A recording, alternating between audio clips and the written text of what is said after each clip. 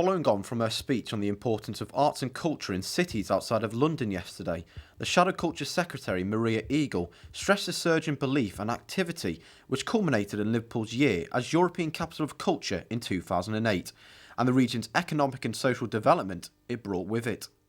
It boosted our own self-confidence, it brought visitors to Liverpool who came for that and saw a place that was totally different to the old image of Liverpool, and local people loved it. 70% of local people went to one of the events and have carried on going to cultural events. So it's been a key part of the renaissance of Liverpool, and it's boosted our image around the world, and it's still having that impact. And so it's been a key moment for us. And it wouldn't have happened if we weren't in the EU.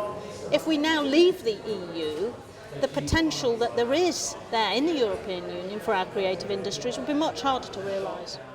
Ahead of next week's budget, the Liverpool MP will set key tests for the Chancellor in arts and culture, including an end to the in-year cuts to Art Council funding and addressing the imbalance of arts investment between London and the regions. Now, the North West receives 8% of Arts Council funding. It's £3 a person. London receives 50%. That's £19 a person. The North West receives 6% of lottery funding. That's £3 a person. Compared with 37% for London, that's £16 a person.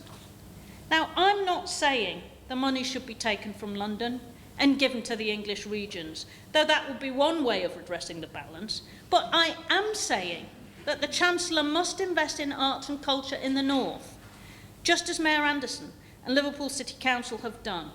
It will certainly pay dividends if he does.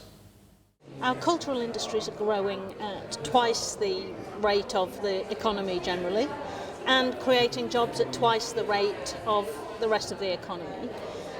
It's worth over £80 billion to the UK PLC now, and the prospect is that it will continue to grow at that rate. And if we stay in the European Union, which I think we should, the digital single market will mean that over the next few years, as that gets implemented, removing barriers from exports to other European countries for our digital industries, you'll end up with an extra £325 billion worth of business to be done. And because we're good in the UK at creative industries and we export enormously around the world, the capacity for us to get a big slice of that market is huge, and there's no reason why Liverpool can't be at the centre of that.